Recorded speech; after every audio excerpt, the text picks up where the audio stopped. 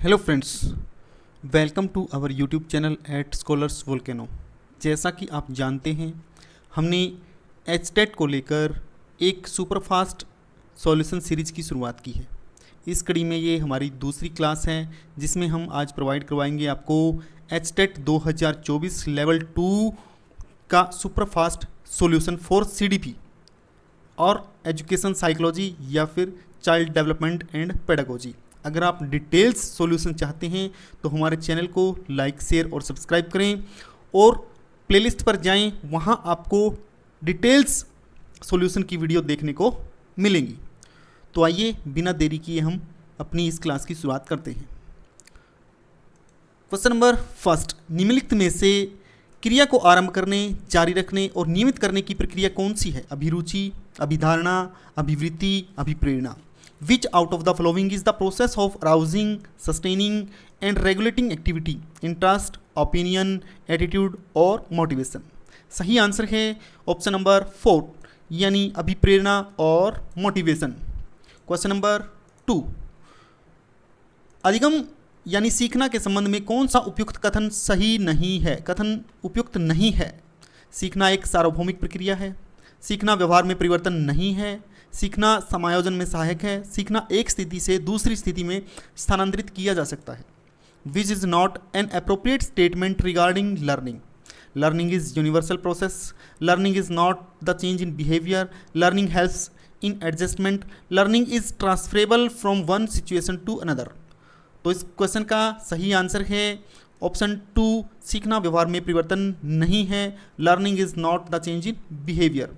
Question number 3, बालक का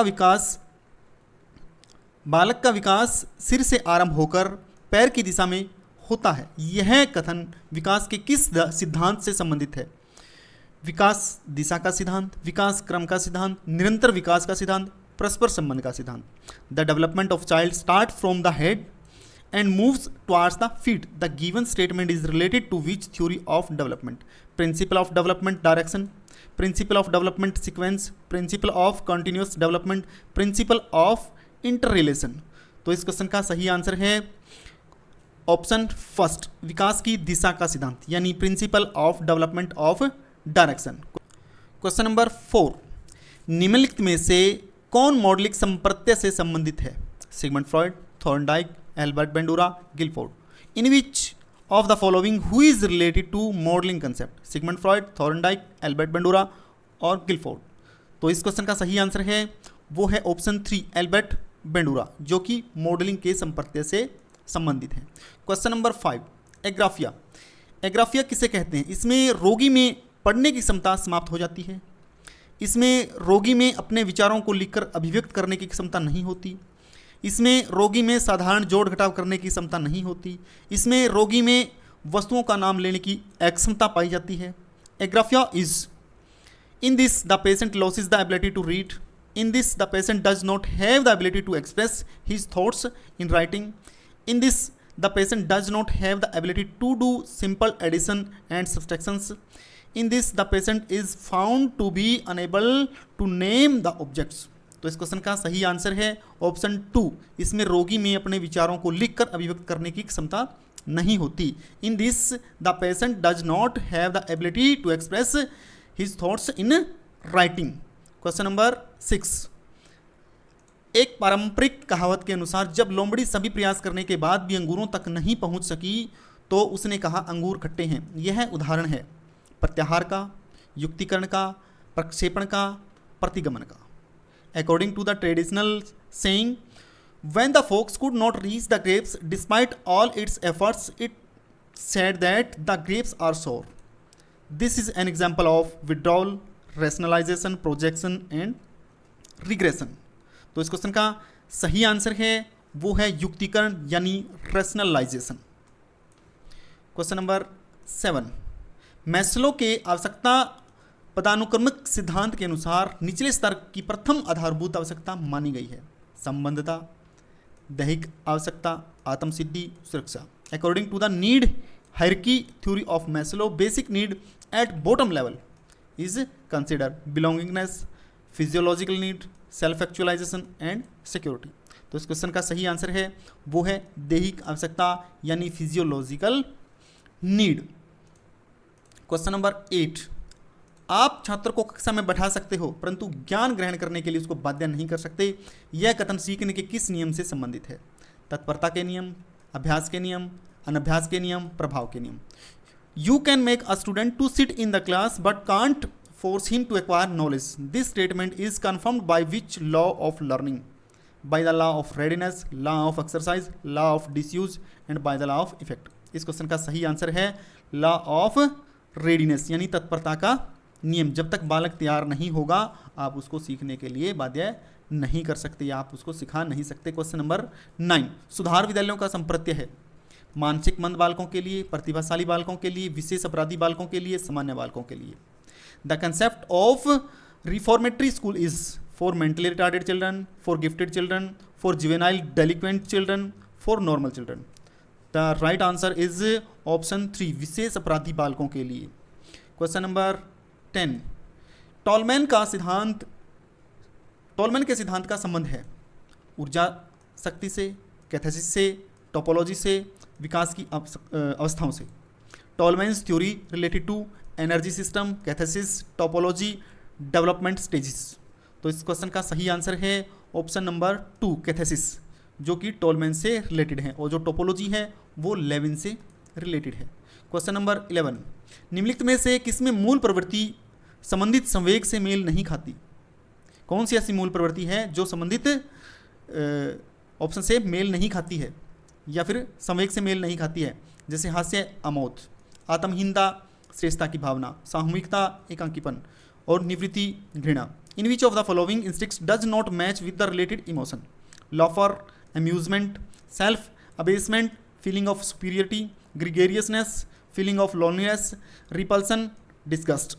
तो इस क्वेश्चन का सही ऑप्शन है ऑप्शन 2 आत्महीनता और श्रेष्ठता की भावना, जो कि मैच नहीं होता। क्वेश्चन नंबर 12, पियाजे के अनुसार मूर्त संक्रियात्मक अवस्था कौन सी है यानी कंक्रीट ऑपरेशनल स्टेज कौन सी है? तो इस के ऑप्शंस हैं 0 से 2 वर्ष तक, 7 से 11 वर्ष तक, 11 से 12 वर्ष तक और 12 से आगे। इस क्वेश्चन का सही ऑप्शन है ऑप्शन 2 7 से 11 वर्ष तक, जो कि कंक्रीट ऑपरेशनल स्टेज के नाम से जानी जाती है। क्वेश्चन नंबर 13, कोहलर ने सिद्ध किया है कि अधिगम उद्दीपन एवं प्रतिक्रियाओं का संबंध है, परिस्थिति के विभिन्न भागों का प्रत्यक्षीकरण है, एक स्वायत्त यादृच्छिक गतिविधि है, संपूर्ण परिस्थिति का प्रत्यक्षीकरण है। Kohler proved that learning is bonding of stimulus and response, the perception of different parts of situation, an autonomous random activity, the whole situation perception. तो इस क्वेश्चन का सही आंसर है ऑप्शन 4 संपूर्ण परिस्थिति का प्रत्यक्षीकरण यानी द होल सिचुएशन परसेप्शन, जो कि कोहलर से संबंधित है। क्वेश्चन नंबर 14, संबंध प्रतिक्रिया सिद्धांत देने वाले कौन हैं? पावलोव, स्किनर, थॉर्नडाइक और Kohler. Conditioned response theory given by Pavlov, Skinner, Thorndike और कोहलर। इस क्वेश्चन का सही आंसर है पावलोव। पावलोव ने जो था कंडीशंस जो थ्योरी थी, कंडीशंस रिस्पॉन्स थ्योरी थी, वो दी थी। क्वेश्चन नंबर 15, एक 6 वर्ष की बालिका की मानसिक आयु 7.5 वर्ष यानी 7 वर्ष 6 महीने है, उसकी बुद्धि लब्धि होगी यानी उसका IQ लेवल क्या होगा? देखिए IQ लेवल निकालने का एक फॉर्मूला है MA/CA।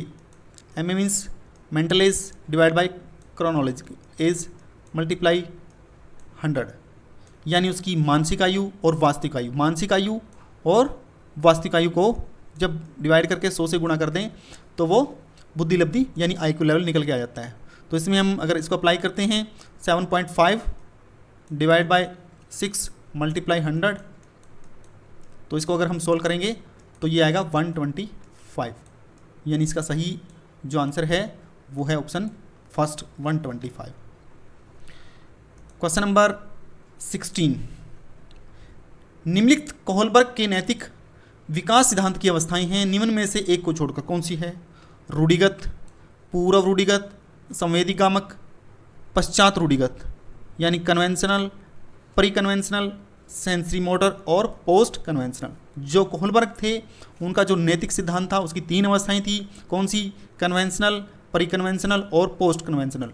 जो सेंसरी मोटर है वो पियाजे से संबंधित है। यानी इस क्वेश्चन का सही आंसर है वो ऑप्शन 3। क्वेश्चन नंबर 17, सीखने के वक्र में पठार इंगित करता है। यानी जो सीखने का वक्र है, कर्व जो है, वह उसमें पठार का मतलब क्या है? Plateau in learning curve indicates, क्या दर्शाता है वो जो कर्व बनती है वो क्या दर्शाती है? कार्यकारी परिस्थितियां अनुकूल हैं, कोई थकान नहीं है, कार्य सरल है, रुचि की हानि या कमी, working conditions are favourable, no fatigue, task is simple, loss of interest. देखिए पठार कब बनता है? जब क्या कार्य सीखने में कमी आने लगती है, उसका कोई ना कोई कारण होगा। यहाँ पर ये सारे के सारे पॉजिटिव फैक्टर हैं, लेकिन एक सिर्फ नेगेटिव फैक्टर है, रुचि की हानि। रुचि की हानि होगी तो क्या होगा? सीखना कम होगा, जिसके कारण वो पठार का, अगर उसको हम ग्राफिकली रिप्रेजेंट करेंगे तो पठार का रूप ले लेगी, यानी कर्व पठार की तरह दिखाई देगी। इसका जो सही ऑप्शन है वो है ऑप्शन 4 सही आंसर है इसका, लॉस ऑफ इंटरेस्ट यानी रुचि में कमी या हानि। क्वेश्चन नंबर 18, सीखना आवश्यकता की पूर्ति की प्रक्रिया द्वारा होता है। इस कथन से संबंधित अधिगम सिद्धांत कौन सा है? सीखना आवश्यकता की पूर्ति की प्रक्रिया द्वारा। अंतर्दृष्टि सिद्धांत, क्रिया प्रस्तुत अधिगम सिद्धांत, संबंध प्रतिक्रिया सिद्धांत, प्रबलन सिद्धांत। यानी learning task place through the process of need reduction, the learning theory related to the statement is insight theory, operant conditioning theory, conditioned response theory और रेनफोर्समेंट थ्योरी।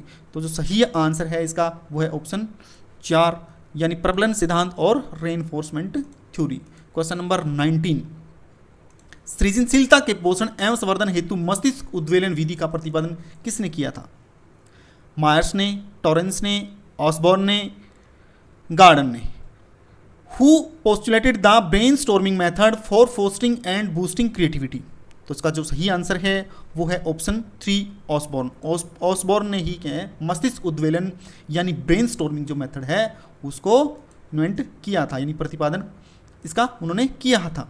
क्वेश्चन नंबर 20, संवेगात्मक बुद्धि का संप्रत्यय सर्वप्रथम किसने दिया था? The concept of emotional intelligence was given by Dan Goleman के द्वारा, John mayor and Peter Solvay के द्वारा, टॉलमैन के द्वारा, टर्मन के द्वारा। देखिए डॉलमैन ने इसका डेवलपमेंट किया था, लेकिन जो कंसेप्ट दिया था वो दिया था जॉन मेयर और पीटर सोल्वे ने, आगे काम किया था डैनियल गोलमैन ने। तो इसका जो सही आंसर है वो है ऑप्शन 2 जॉन मेयर और पीटर सोल्वे। क्वेश्चन नंबर 21, दृष्टिबाधित विद्यार्थियों की शिक्षा के लिए निम्नलिखित में से कौन सा आवश्यक नहीं है? छोटे अक्षरों की छपी पुस्तकें, सर्वे कैसेट, कागज पर ब्रेल पाठ्य सामग्री, गणित पढ़ाने के लिए abacus. Dash is not necessary for education of visually impaired students, books in small letters, audio cassettes, Braille text material on the paper, abacus for teaching a mathematics. देखिए इसमें जो छोटे अक्षरों की छपी पुस्तकें हैं वो जो दृष्टिबाधित बालक हैं या विद्यार्थी हैं उनके लिए आवश्यक नहीं है, उनके लिए बेनिफिशियल नहीं है, वो उनके सीखने में बाधक है। तो इसका जो सही आंसर है वो है ऑप्शन नंबर 1 यानी फर्स्ट, यानी books in small letters. Question number 22, किशोर बालक एवं बालिकाओं के संदर्भ में सबसे उपयुक्त समूह कौन सा है? आदर्शवादी, श्रेष्ठ समायोजन, आत्म सम्मान, अमूर्त चिंतन, तार्किकता, निर्णय शक्ति, निरीक्षण, विद्रोह की भावना, दोहराने की प्रवृत्ति, दर्शन, सुसमायोजन, समाज सेवा की भावना। The most appropriate group of qualities in reference to adolescent boys and girls is ideal, good adjustment, self respect, abstract thinking, reasoning, decision making, observation, feeling of revolt, habit of repetition, philosophy, good adjustment and feeling of social services. देखिए इस question का सही answer है वो है option 2 अमूर्त चिंतन, तार्किकता और निर्णय शक्ति। क्वेश्चन नंबर 23, आनुवंशिकता बड़ी भूमिका निभाती है सामाजिक विकास में, आध्यात्मिक विकास में, शारीरिक विकास में, सांस्कृतिक विकास में। Heredity plays a greatest role in the social development, spiritual development, physical development और कल्चरल डेवलपमेंट। देखिए जो आनुवंशिकता है या हेरिडिटी है उसका मेजर रोल है फिजिकल डेवलपमेंट में, यानी इस क्वेश्चन का सही आंसर है वो है ऑप्शन 3। क्वेश्चन नंबर 24, अंतर्दृष्टि अधिगम पद्धति या सिद्धांत किसने प्रतिपादित किया था? यानी who was the exponent of the method of insight learning theory? Thorndike, Kohler, Davis और स्किनर। देखिए इस क्वेश्चन का जो सही आंसर है वो है ऑप्शन 2 कोहलर, कोफका, बर्नेमियर, इन्होंने इसको प्रतिपादित और डेवलप किया था। क्वेश्चन नंबर 25, स्पीयरमैन का बुद्धि संबंधी सिद्धांत है एक तत्व सिद्धांत, दो तत्व सिद्धांत, त्रिआयामी सिद्धांत और बहुतत्व सिद्धांत, यानी 1 factor theory, 2 factor theory, 3 factor theory और मल्टी फैक्टर थ्योरी। तो सही आंसर है इसका वो है 2 factor theory is given by Spearman. 1 factor Binet's Terman और स्टर्न का था, 3 फैक्टर यानी ये स्टर्नबर्ग से रिलेटेड है और जो मल्टी फैक्टर है वो हार्वर्ड गार्डनर से रिलेटेड है। तो इस क्वेश्चन का सही आंसर है वो है 2, ऑप्शन 2 यानी 2 फैक्टर थ्योरी। क्वेश्चन नंबर 26, अध्यापक को कक्षा में समावेशी वातावरण का सृजन करने के लिए विशिष्ट बालकों को शैक्षिक क्रियाकलापों से दूर रखना चाहिए, विशिष्ट बालकों के अधिकार एवं सम्मान को सुरक्षित रखना चाहिए, विशिष्ट बालकों को सामान्य बालकों से हीन समझना चाहिए, सामान्य छात्रों के मध्य विशिष्ट बालकों को नीचा दिखाना चाहिए। Teacher needs to create an inclusive environment in the classroom, special children should be kept away from the educational activities, the rights and dignity of special children should be protected, special children should be considered inferior to normal children, special children should be looked down upon among normal students। इस question का सही answer है option 2, विशिष्ट बालकों के अधिकार एवं सम्मान को सुरक्षित रखना चाहिए। The rights and the dignity of special children should be protected. Question number 27, सतत एवं व्यापक मूल्यांकन में व्यापक से तात्पर्य है सभी विषयों के मूल्यांकन से, केवल शैक्षिक क्षेत्र के मूल्यांकन से, गृह कार्य के मूल्यांकन से, शैक्षिक व सह शैक्षिक क्षेत्र के विकास के मूल्यांकन से। In continuous and comprehensive evaluation, comprehensive is related to और comprehensive means by evaluation of all subjects, by evaluation of only educational fields, by homework evaluation, by evaluating the development of educational and को educational field. तो इस question का सही answer है option 4, शैक्षिक एवं सह शैक्षिक क्षेत्र के विकास के मूल्यांकन से, by evaluating the development of educational and को एजुकेशनल फील्ड्स। क्वेश्चन नंबर 28, विकास की किसी भी पड़ाव पर कोई भी वस्तु सिखाई जा सकती है। ये कहता है कि विकास के किसी भी पड़ाव पर कोई भी वस्तु सिखाई जा सकती है। यह अभिव्यक्ति किसकी है? Anything can be taught at any stage of development expressed by, ये किसने कहा था? ऑस्बेल ने, ब्रूनर ने, पियाजे ने और गेने ने। तो इसका जो सही आंसर है वो है ऑप्शन 2, ब्रूनर। ब्रूनर ने कहा था कि विकास के किसी भी पड़ाव पर कुछ भी बालक को सिखाया जा सकता है। क्वेश्चन नंबर 29, किसने अधिगम के प्रयास एवं त्रुटि सिद्धांत के संदर्भ में बिल्ली पर प्रयोग किया था? बिल्ली का प्रयोग किसका था? पेवलोव का था, स्किनर का था, थॉर्नडाइक का था और गिलफोर्ड का था। देखिए, बिल्ली पर प्रयोग करने वाले थॉर्नडाइक के थे। थॉर्नडाइक ने बिल्ली पर प्रयोग किया था, पेवलोव ने कुत्ते पर प्रयोग किया था, स्किनर ने कबूतर और चूहे पर प्रयोग किया था। जो गिलफोर्ड थे वो बुद्धि के सिद्धांत से संबंधित हैं। क्वेश्चन नंबर 30, निम्न में से कौन सी व्यक्तित्व मापन की प्रक्षेपी विधि नहीं है, यानी प्रोजेक्टिव मेथड नहीं है? पर्सनैलिटी का प्रोजेक्टिव मेथड नहीं है। Which of the following is not a projective method of personality measurement? सहचर्य तकनीक, रचना तकनीक, जीवन इतिहास और पूर्ति तकनीक। देखिए, व्यक्तित्व मापन के लिए 3 तरह की विधियों का प्रयोग किया जाता है, सब्जेक्टिव, ऑब्जेक्टिव और प्रोजेक्टिव।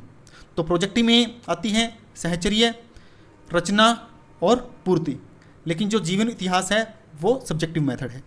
ये इस क्वेश्चन से रिलेटेड नहीं है, इसलिए इसका सही आंसर है option number 3, case study is not related to the projective method of personality measurement. तो ये थी आज की हमारी क्लास, यानी हमने इसमें देखा एचटेट 2024 का लेवल 2 का सीडीपी का सुपरफास्ट सॉल्यूशन। अगर आप डिटेल सॉल्यूशन चाहते हैं तो आप हमारे चैनल को लाइक, शेयर और सब्सक्राइब करें और प्लेलिस्ट पर जाएं, वहां आपको डिटेल्स सॉल्यूशंस की वीडियो देखने को मिलती हैं। तो इसी के साथ आप सबका धन्यवाद।